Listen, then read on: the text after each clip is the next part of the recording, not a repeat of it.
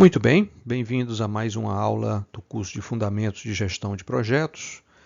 Nossa aula número 2, eu sou o professor Rodrigo Cavalcante da Universidade Federal do Ceará. Nessa segunda aula, nós iniciamos falando sobre gerenciamento de projetos. Nós vimos falando sobre projetos. Na primeira aula, definimos o que é um projeto, a sua relevância como atividade alinhada com o contexto moderno das organizações e, naturalmente, conforme a atividade de desenvolvimento de projetos, a execução de projetos se torna relevante, é necessário que esses projetos sejam bem gerenciados, que exista uma gestão dos projetos. Então, o gerenciamento de projetos, ou o tema gestão de projetos de uma maneira mais ampla, é a aplicação de conhecimentos, habilidades, ferramentas, técnicas às atividades do projeto a fim de atender aos seus objetivos. Ok? Então, destaque aqui para conhecimentos, habilidades, ferramentas e técnicas de gestão. Estamos falando aqui do aspecto gerencial. Bom? Ou seja, nós estamos aplicando a administração, os conceitos de administração, para o microcosmo de um projeto. Ok? Os conceitos de administração são muito amplos. E quem estuda administração, naturalmente, está estudando para administrar grandes empresas, pequenas empresas também, organizações públicas, por exemplo. Existe todo um ramo da administração pública, dos estudos das especificidades da administração pública. Na área de projetos, é como se nós estivéssemos realmente bebendo de todas essas fontes da administração, todo o conhecimento que a administração como disciplina acumula e oferece, né, à sociedade, à humanidade, e especificando um pouco mais, reduzindo a um conjunto mínimo necessário e talhando esses conhecimentos de administração para esse microcosmo do projeto. Por que foi feito isso? Por que houve essa preocupação em redefinir ou adaptar os conceitos da administração para a área de projetos? Essencialmente, isso ocorre porque a atividade de gerenciamento de projetos ela é realizada por pessoas das mais diversas formações. Tá? A atividade de projeto é tão comum hoje em dia, tão necessária, que, e tradicionalmente isso é verdade também no passado, que você não depende de administradores formados em administração para conduzir um projeto.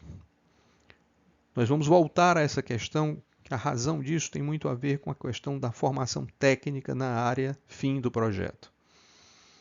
Tá? Essa questão vai voltar, nós já falamos um pouco dela lá na primeira aula, naquela matriz de classificação, né? A dimensão gerencial, a dimensão técnica, isso aparece aqui de novo. Tá? Como a dimensão técnica tem um peso importante em projetos, você não pode depender somente de pessoas formadas em administração. Você vai precisar de engenheiros que sejam líderes de projeto, você vai precisar, eventualmente, de engenheiros de software, programadores.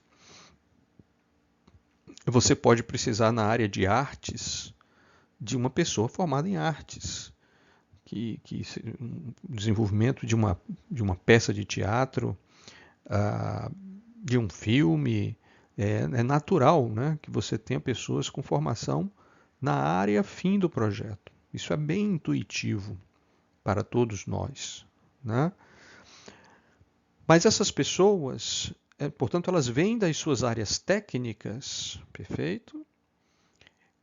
Mas elas vão atuar nesse microcosmo com atribuições de administração. Então, é nesse sentido que o gerenciamento de projetos ele acaba nascendo como uma disciplina, digamos, parente da administração, mas muito mais aberta, né, participação de pessoas de todas as formações. Por isso, então, que se começou a se formar, e a gente vai falar também disso mais à frente, cursos, especializações, livros, tudo muito voltado para a formação de gerentes de projetos que tenham tido como área técnica de origem qualquer área de formação. E os engenheiros, em particular, né, têm uma tradição longa de serem gerentes de projetos, digamos, de engenharia na área às quais eles são formados. Então, a gestão de projetos, aliada à gestão estratégica, né, atua como fator decisivo. Então, assim como o projeto é uma atividade bem casada com as demandas modernas do contexto organizacional, a gestão de projetos ela anda junto com a gestão estratégica. Né, a definição da estratégia casada com o gerenciamento de projetos para equilibrar as tensões do agora e do amanhã. Né? Ou seja, lembram a ideia do planejamento do futuro, também observando os movimentos que a organização deve tomar de imediato para seguir sobrevivendo e seguir se destacando e crescendo, mas olhando também os próximos movimentos que ela deve preparar e realizar, né, dentro dessa visão estratégica. Então, o gerenciamento de projetos bem feito, então ele precisa ser feito de forma profissional, tá certo? É uma chave do sucesso, porque a gente vai ver, o gerenciamento de projetos, ele vai ter um papel fundamental na execução dessa estratégia. Tá? A estratégia é uma definição de um caminho. A gente poderia dizer, o gerenciamento de projetos é caminhar esse caminho e caminhar bem e chegar ao final do caminho com sucesso. Para a gente começar a entender como funciona a gestão de projetos, a gente tem que primeiro entender quem são as pessoas-chave nesse processo, ou melhor dizendo, os papéis-chave nesse processo de gestão de projetos. A gente destaca 3 papéis, começando pelo papel do gerente, o gerente de projetos, né, que vocês devem naturalmente entender, que é fundamental, ele é o líder do projeto, é o responsável pelo projeto, vamos voltar a falar dele. É natural que exista um cliente, alguém que demanda e recebe os resultados que o projeto vai gerar, também é uma outra figura bastante intuitiva, lembrando que esse cliente pode não necessariamente ser um cliente externo, pode ser um cliente interno da própria organização que demanda o projeto, no caso de projetos internos, ok? E há uma terceira figura, fechando essas engrenagens aqui, que nós chamamos de patrocinador, né? Vem da palavra em inglês sponsor. Bom, o patrocinador é uma figura um pouco menos, às vezes, um pouco menos clara, mas se você pensar um pouco mais, com mais calma, ele aparece. Né? O patrocinador, como o próprio nome sugere, é alguém que patrocina o gerente de projeto e patrocina o projeto. Patrocina nos sentidos aqui que a gente pode pensar. Talvez alguém pense, patrocina como? Com dinheiro, com recursos financeiros? Provavelmente sim, ok? Mas não no sentido que nós estamos acostumados de publicidade. O patrocinador provavelmente é alguém hierarquicamente superior ao gerente, também da mesma organização que o gerente participa, tá? Não necessariamente sempre, mas vamos colocar o exemplo mais comum. O patrocinador, então, é alguém que participa da mesma empresa, da mesma organização, provavelmente é hierarquicamente superior ao gerente, e que é quem, digamos assim, tem um poder, entre aspas, político para conduzir politicamente o projeto no âmbito mais amplo da organização. Tá bom? Na área pública, para dar um exemplo mais concreto, isso às vezes é bem mais claro. Né? A gente normalmente atribui, por exemplo, ao prefeito de uma cidade os projetos que são desenvolvidos durante a sua gestão. Né? Então, um projeto de uma avenida, uma linha de saneamento básico, uma praça pública, naturalmente se atribui ao prefeito, né, o sucesso, a conclusão, né, daquele projeto. Tá bom? Por exemplo, na área de telecomunicações, uma praça pública ou um conjunto de praças públicas em que se coloca Wi-Fi para acesso público gratuito. Tá? Um projeto de implantação de um sistema de Wi-Fi público em ambiente de praças públicas, por exemplo. Né? Mas o prefeito é o gerente desses projetos? Claro que não. Né? O prefeito a gente pode entender como patrocinador porque ele apoia politicamente, ele dá o peso político à decisão de realizar o projeto e, naturalmente, ele é uma pessoa fundamentalmente interessada no sucesso desse projeto. Tá? Nesse caso, o cliente seria a sociedade, seria a população. Evidentemente que haverá um gerente, uma pessoa de carne e osso, que irá conduzir na prática a implantação dessa rede Wi-Fi. Né? Um profissional com sua equipe que irá desenvolver o planejamento do projeto e implementá-lo. Tá? Então, nesse caso, fica mais claro. Né? Existe alguém com peso político que demanda o projeto, que autoriza o projeto, né? E que vai aguardar os resultados do projeto. Internamente, no caso, no próprio poder público.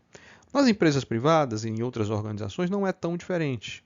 Às vezes pode não ser tão explícito, mas muito provavelmente o gerente de projeto não é a pessoa com poder, com digamos assim, a experiência e a influência suficiente para determinar que aquele projeto deve ser executado, tá certo? Que aquele orçamento deve ser reservado, que aquelas pessoas devem ser atribuídas para aquela equipe.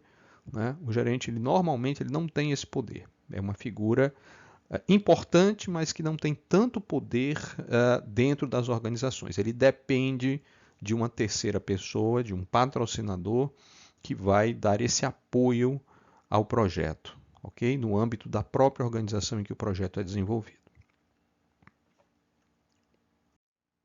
Bom, seguindo aqui com o conceito sobre gerenciamento de projetos, né, é importante a gente saber quando é que um projeto inicia. Nós vamos falar sobre o início dos projetos. O início de um projeto é um período particularmente importante. Um bom início de projeto é muito positivo para um sucesso posterior, né? Mas você precisa minimamente ter recursos. Então, o patrocinador do projeto, por exemplo, é quem provavelmente vai ter o poder de atribuir fulano, beltrano e o cicrano vão trabalhar nesse projeto, em tempo parcial ou em tempo integral, por exemplo. Tá? Quando um contrato é formalizado com um cliente externo, por exemplo, no momento que esse contrato é assinado, o projeto nasce indiscutivelmente, né, de maneira formal.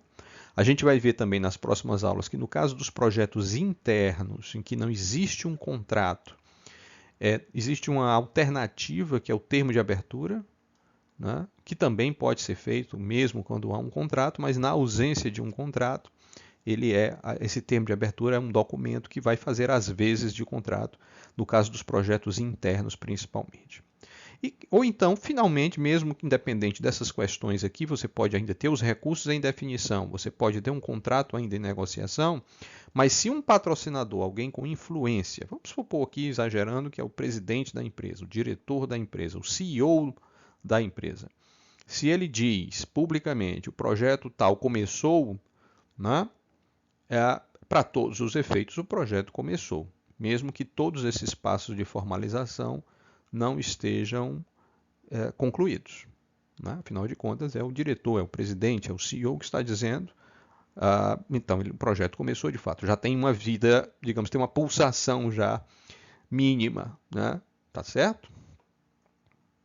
E quando é que acaba o projeto? É interessante a gente lembrar que o projeto, como sendo um esforço temporário, né, tem um ponto de partida e um ponto de chegada.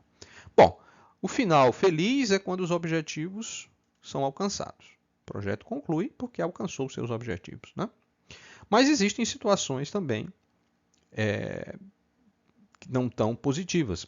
Evidentemente que um projeto pode fracassar, tá? Quando os seus objetivos não podem mais ser alcançados. Os motivos podem ser os mais diversos. O prazo pode ter acabado, ou estar acabando, por exemplo, sem que os objetivos tenham sido alcançados. O orçamento do projeto pode estar se esgotando, sem que os objetivos tenham sido alcançados. Tá certo? Ok? Enfim, mas podem haver outras situações, né? Uma matéria-prima que se esgotou no mercado e impede que o projeto possa ser concluído, enfim, os mais diversos motivos, né? Então, aqui está sugerindo que se você detecta que os objetivos são inalcançáveis a partir de um certo momento, o projeto deveria ser encerrado, mesmo que o prazo ou o orçamento ainda não tenham sido esgotados. Né? Porque não faria mais sentido a gente continuar perseguindo esses objetivos. Tá bom? Mas também alguma situação em que não há mais a necessidade do projeto. Né? Por exemplo, uma regulação que o governo afirma que vai lançar, uma regulação na área de telecomunicações, por exemplo, que exige que os equipamentos tenham novos padrões de emissão eletromagnética, empresas que fabricam equipamentos de telecomunicações começam a se mobilizar para adaptar suas linhas de produção, mas algum tempo depois o governo anuncia que mudou de ideia, recua e que não haverá mais a implantação dessa regulação. Tá? Então, um projeto que estava em andamento, né, naturalmente perde sentido, né, já que a regulação não vai mais ser implantada. Bom, em resumo, o gerenciamento de projetos inclui a identificação das necessidades das partes interessadas, nós já vamos falar, né, dessas partes interessadas, mais um pouco, já falamos ali do gerente, do cliente e do patrocinador. Né? O estabelecimento de objetivos, naturalmente objetivos claros e alcançáveis. Né? O balanceamento das demandas conflitantes, a gente vai começar a falar dessas coisas aqui importantes, né? Escopo, né? Tempo, prazo, né? Custo, qualidade, eventualmente demandas conflitantes, né? Ou seja, eu quero muita coisa com pouco tempo, ou quero uma qualidade altíssima com pouco dinheiro. Pode haver esses conflitos, né? Então o gerenciamento de projetos vai buscar encontrar soluções para esses desequilíbrios, esses conflitos, né? E toda uma técnica em que você planeja, mas é um planejamento adaptado, é um planejamento que leva em conta as partes interessadas, né? Ou seja, é uma abordagem de gestão que também escuta muito e vai procurando costurar ali consensos para que o resultado do projeto agrade, beneficie da maneira mais eficaz, eficiente possível as partes interessadas. Falando então daqueles objetivos conflitantes, né, a gente pode disparar aqui o primeiro conceito assim, mais chave do gerenciamento de projeto do ponto de vista prático, né, que eu já coloquei no slide anterior, que são as demandas conflitantes. E aqui eu destaco 3 objetivos de gerenciamento de projetos. O projeto, veja bem, o projeto ele tem os objetivos do projeto, que normalmente estão associados às entregas e aos resultados previstos, tá bom? Mas existem também os objetivos de gerenciamento do projeto. Não confundir. Digamos assim, o gerente de projetos ele vai ter um olho nos resultados que ele tem que entregar, e esses são os objetivos do projeto, que incluem certamente esses resultados, mas ele vai ter um outro olho no aspecto gerencial, onde ele também tem metas. Ele tem uma meta de prazo a cumprir, né? Ele ou ela, né, gerente de projeto, tem uma meta de orçamento, né? E tem uma meta de escopo, e essa meta de escopo aqui, né, é que está mais relacionada propriamente com o resultado a ser entregue. Né? O resultado ser entregue por completo. Tá? O resultado ser entregue dentro das especificações que foram pactuadas. Tá? Mas esse não é o único objetivo de gestão. Quer dizer, aqui no escopo a gente tem, de certa maneira, uma convergência, né? Porque o escopo ele inclui certamente as entregas do projeto. Então aqui, nessa área do escopo, a gente tem essa convergência em que os resultados do projeto são também um objetivo de gestão do projeto, que é natural. Mas não são esses não são os únicos objetivos de gestão do projeto. Né? Evidentemente que é fundamental que você entregue todos os resultados pactuados, dentro das especificações que foram contratadas ou acertadas, evidente. Né? Mas se você fizer isso gastando 10 vezes mais o recurso que foi previsto, Evidentemente que alguém pode dizer, olha, esse projeto até entregou o que foi previsto, mas o estouro de orçamento foi tão gigantesco que para a organização que executou foi um desastre o projeto. O cliente recebeu, mas nós ficamos endividados para entregar esse projeto. Tá? Ou nós gastamos o dobro do tempo, que provavelmente vai implicar também em um maior custo, né? Porque normalmente mais tempo significa mais recursos humanos, por exemplo, empregados no projeto. Tá certo? Então, tempo, custo e escopo são as 3 variáveis de planejamento e de gerenciamento de projeto, ou 3 objetivos do gerenciamento de projetos que precisam estar equilibrados, desde o planejamento até a conclusão do projeto. Tá?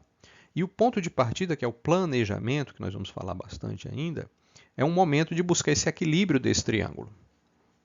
Aquilo que a gente falou há pouco significa que nós não podemos ter um escopo que é superdimensionado para o prazo ou para o orçamento.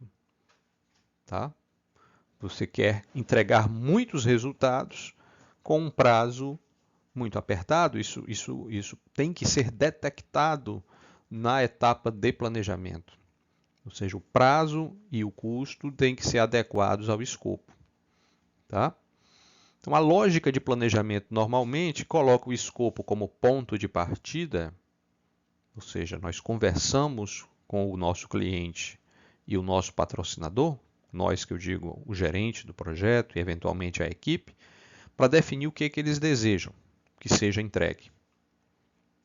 Com quais especificações, quais funcionalidades, quais características. Tá? Uma vez que isso for acordado, então você parte daqui e calcula o prazo que você precisa para executar esse escopo, e daqui você calcula também o orçamento que você precisa, né, para executar esse escopo, para entregar esses resultados. Esse seria um algoritmo mais trivial, um algoritmo mais trivial de planejamento. Né? Ok? Mas veja, às vezes, e muitas vezes, talvez, nem sempre às vezes, mas muitas vezes, você começa, na verdade, com o custo como sendo a sua grande restrição. Ou seja, a principal restrição não é mais o escopo, mas o custo. Você diz, olha, eu tenho 1 milhão. O que é que dá para fazer com isso? Ou qual é o máximo escopo que eu consigo fazer com esse 1 milhão? Ou eu tenho 3 meses. O que é que vocês conseguem me entregar em 3 meses? Né? Ou pior, eu tenho 1 milhão em 3 meses. Né? Ou seja, um valor limitado e um prazo limitado. Qual é o melhor escopo que a equipe consegue entregar? Né? E em muitas situações, o gerente de projeto vai se deparar com a situação mais desafiante. Né? O cliente chega e diz, eu tenho 3 meses, 1 milhão, e eu quero que você me entregue isso. Ou seja, ele amarra as 3 restrições, não lhe dá espaço para respirar. Né? Ele sabe o que ele quer e ele já diz até onde ele pode gastar e o prazo máximo que ele pode aguardar. E vai caber a você, gerente de projeto, com a equipe avaliar. Dá para fazer isso? Porque eu não tenho. Está sendo demandado de mim o triângulo completo das restrições. Eu não tenho nenhuma variável das 3 aqui com alguma folga para que eu possa ajustar. Né? Então, evidentemente que é uma situação de desafio do ponto de vista gerencial. Certo? Então, esse equilíbrio é fundamental. Isso também sugere que no futuro, durante a execução do projeto, se houver mudanças no orçamento, mudanças no escopo, ou seja, novas demandas do cliente, além daquilo que foi contratado durante a execução do projeto, provavelmente haverá impactos cruzados nas outras 2 variáveis. Se você muda o escopo, é possível, é provável que haja alterações de prazo, alterações de custo. Né? Se você corta o orçamento do projeto durante a execução, provavelmente você terá alterações no prazo, alterações no escopo. Tá certo? Então, esse equilíbrio, né, dessas demandas conflitantes, que eu já tinha comentado no slide anterior, é fundamental. E essas três variáveis são as três variáveis clássicas que sustentam o gerenciamento de projetos, né, do ponto de vista, ou seja, do sucesso gerencial ou das metas gerenciais que o gerente e a sua equipe vão estar buscando alcançar. No entanto, existe uma quarta variável que também entra nessa equação, que ela nem sempre é mostrada logo a priori, mas que ela deve ser levada em conta. É a qualidade, que a gente colocou aqui dentro do triângulo. Né? Tá? Veja, naquela situação em que eu disse que o escopo, o custo e o tempo ficam amarrados, você recebe uma demanda para entregar X com prazo Y com custo Z. Tudo foi amarrado para você como gerente. É um desafio porque você não teve a oportunidade de avaliar as três variáveis. Você recebe uma demanda fechada de orçamento, prazo e escopo. Então, existe a tentação, e a gente até compreende, né, essa tentação, de você compensar como? Você criar uma variável que normalmente ou não deve estar em questionamento, não deve estar em jogo. Mas, devido a essa amarração, existe a tentação de você compensar na qualidade. Por exemplo, na redução da qualidade dos produtos, dos serviços, dos resultados que o projeto vai entregar para fazer equilibrar escopo, tempo e custo. Né? Para dar um exemplo simples, na área de software, existe um momento do desenvolvimento do software que você precisa testar. Testar o que você desenvolveu, testar se as funções estão funcionando adequadamente, né? Testar se há erros no código-fonte do programa, testar se um usuário típico consegue manipular o programa adequadamente, se os resultados que o programa apresenta estão corretos.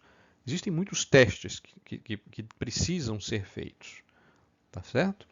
Num projeto em que tudo ficou muito apertado, tá? O tempo, o custo e o escopo, né?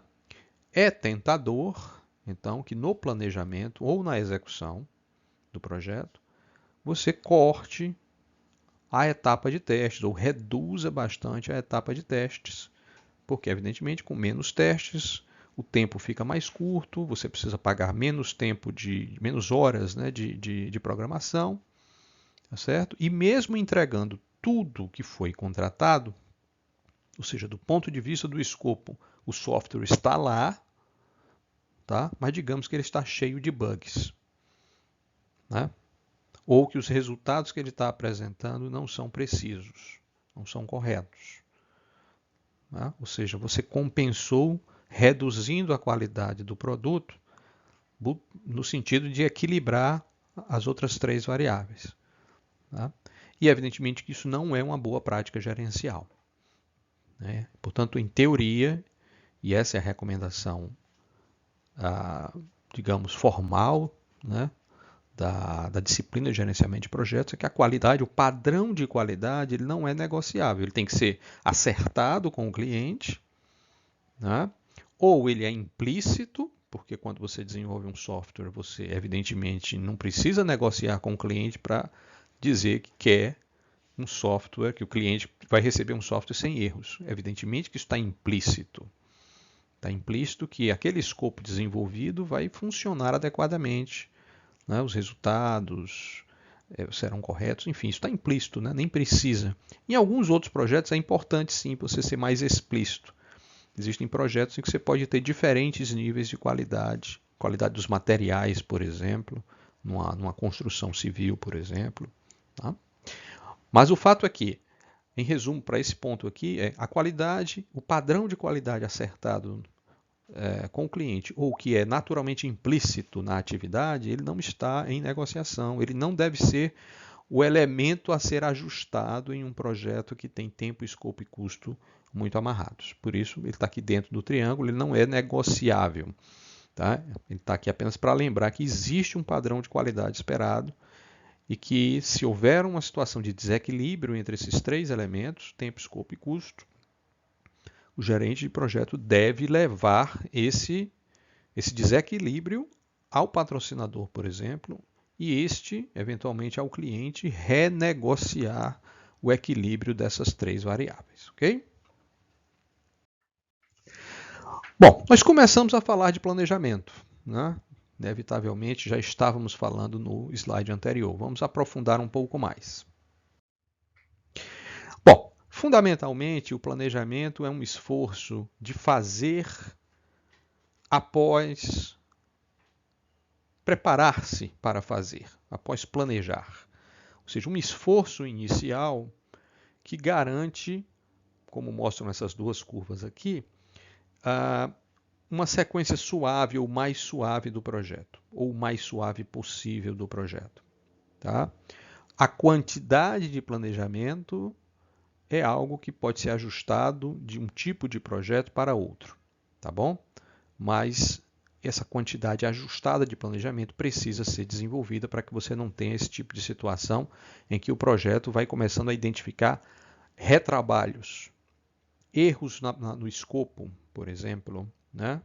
Erros nas especificações, desentendimentos com o cliente, né? Porque o planejamento não foi detalhado o suficiente, e isso vai se acumulando e levando o projeto na sua reta final a um descontrole. Então, o planejamento, que é algo que eu acredito que vocês intuitivamente compreendem, a gente vai discutir objetivos do projeto, a gente vai discutir requisitos, que é uma palavra que a gente vai usar muito, mas que vocês podem ler nesse momento aqui como especificações. Nós vamos discutir também a solução técnica, tá?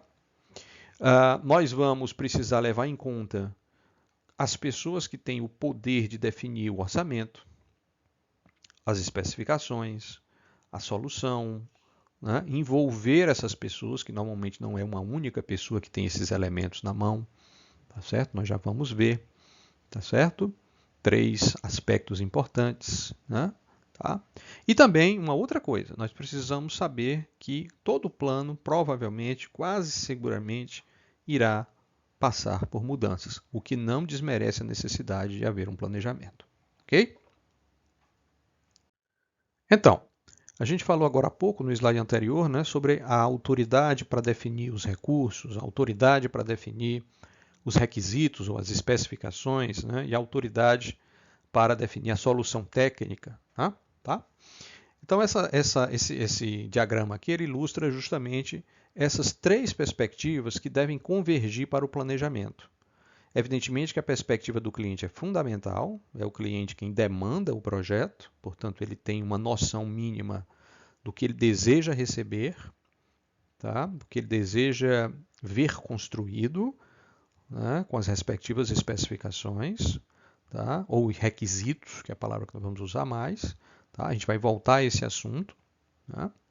Evidentemente que existe uma perspectiva empresarial ou organizacional, tá? Uma perspectiva da empresa, da organização que desenvolve o projeto no sentido mais amplo. Tá? Aqui você vai ter desde o planejamento estratégico da empresa, você vai ter a participação do patrocinador do projeto, que pode ser, por exemplo, o chefe do gerente de projeto, que tem uma visão de como esse projeto se encaixa nessa estratégia, tá certo? Também a visão de quais recursos humanos, por exemplo, podem ser alocados a esse projeto, ou seja, uma visão mais ampla da empresa que executa o projeto.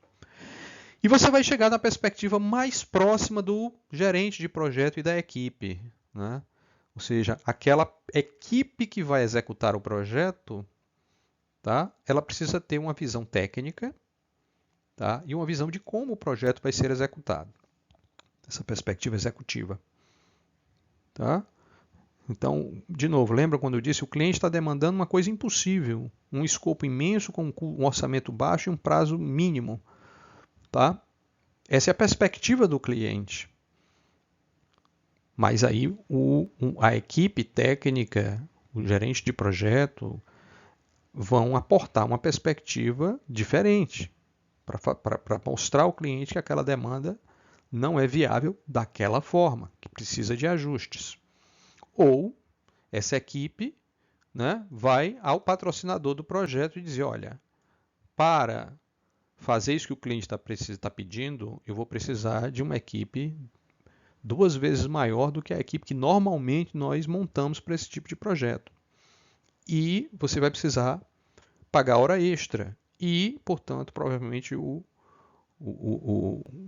a margem de lucro desse projeto vai ser um pouco mais apertada, porque nós vamos precisar, digamos, né, de uma equipe maior e com mais horas, né, do que o normal. Ou seja, essa perspectiva técnica executiva é muito importante. Ela vai estar, novamente, né, em linha com o que eu já falei antes, dizendo se é viável aquele projeto daquela forma e como a gente deve organizar o projeto, né, por exemplo, os recursos que eu preciso. Tá? E o gerente de projetos, como eu já adiantei, nem sempre vai ter esse poder de definir esses recursos. Ele vai recorrer justamente à visão empresarial, organizacional, ao seu patrocinador, na busca de recursos. Vai discutir, por exemplo, com esse patrocinador, essa demanda do cliente. Né? Ok? Então, essas três perspectivas precisam se encontrar numa visão, de novo, uma visão de equilíbrio. Tá? Evidentemente que o mundo real tem demandas absurdas às vezes, né? E é preciso que se encontre o melhor plano de projeto possível que garanta, não com 100%, né? Que é impossível, mas com uma boa chance de sucesso, que o projeto alcance os seus objetivos. Bom, o último conceito que eu queria colocar aqui é o de elaboração progressiva, né? É apenas comentar que o planejamento, eu comentei antes, o planejamento de um projeto pode ser altamente detalhado ou pode ser mais geral, tá certo? No início do projeto, por exemplo. Tá? Então você pode ter um planejamento hiper detalhado logo no início, é o caso, por exemplo, da construção, obras civis de uma forma geral, né? As obras civis de uma forma geral precisam, o projeto em si de construção do edifício, é necessário, evidentemente, um planejamento bem detalhado. Você precisa ter a planta, ter todas as quantidades de materiais, né, definidos, né, ter exatamente todas as especificações desses materiais que serão utilizados. Né? Então, a precisão do planejamento inicial deve ser alta, porque posteriormente, tá, o custo de mudar uma obra civil que já está em andamento é alto. Né? Em alguns casos é impossível. Você não tem como, no meio do caminho, por exemplo, dizer que o prédio de 10 andares, agora o cliente quer que seja 11 andares. Não tem como. Né? Exagerando aqui, provavelmente, quer dizer, nenhum engenheiro vai topar um negócio desse por questões de segurança e por questões mesmo físicas. Né? Então é importante que haja um plano de projeto bastante preciso. Tá? Mas na descoberta de um novo medicamento, o que é que a gente consegue colocar de planejamento? Né? A gente consegue colocar um conjunto de atividades em que o melhor esforço será desenvolvido, por exemplo, os primeiros 6 meses serão decisivos. A gente tem orçamento para 2 anos, mas nós só vamos planejar 6 meses. Porque é o nosso horizonte de tempo. Se a gente não conseguir um resultado muito bom em 6 meses, de um princípio ativo que seja promissor, o projeto vai ser abandonado. E esse orçamento vai ser realocado para outro projeto. Então não adianta a gente ampliar muito o horizonte de planejamento. Tá certo? E também a gente não vai ter como detalhar demais esse planejamento, a não ser um conjunto de atividades, a alocação de pessoas, essas atividades. Né? Mas o próprio escopo do projeto ele vai ter aí uma incerteza muito grande. Tá certo? Não significa que não há um planejamento. O horizonte de tempo desse planejamento é mais curto e o nível de especificação, de detalhamento do escopo também será mais geral. Esse gráfico aqui mostra essa ideia desse conceito de elaboração progressiva. Né? Evidentemente, a ideia é que conforme o tempo passa e você faz um planejamento inicial, mesmo nesses projetos que têm uma definição inicial mais vaga, esse planejamento vai evoluindo. Né? E aí essa ideia do funilzinho aqui significa que o projeto ele vai ganhando, né, um nível de precisão no seu orçamento, no seu escopo, nos seus requisitos, que tende, né, a convergir, né, um pouco mais rápido, um pouco mais demorado, em função do tipo de projeto. No caso de uma obra civil, isso aqui converge praticamente aqui. Né? Praticamente você já tem tudo convergido aqui no plano inicial. Né? Você já tem aqui uma convergência bem inicial. Enquanto que essa curva pode ser mais extensa num projeto de pesquisa, por exemplo. Tá? Bem, com isso a gente encerra essa segunda aula e eu gostaria de sugerir, então, a leitura do anexo 1 do nosso livro-texto. O texto se chama Transição de Engenheiro para Gerente, ok? Leiam esse anexo que nós iremos debater, tem muito a ver com tudo isso que a gente discutiu nessas duas primeiras aulas, e a gente irá debater e discutir esse texto na próxima aula síncrona. Até a próxima!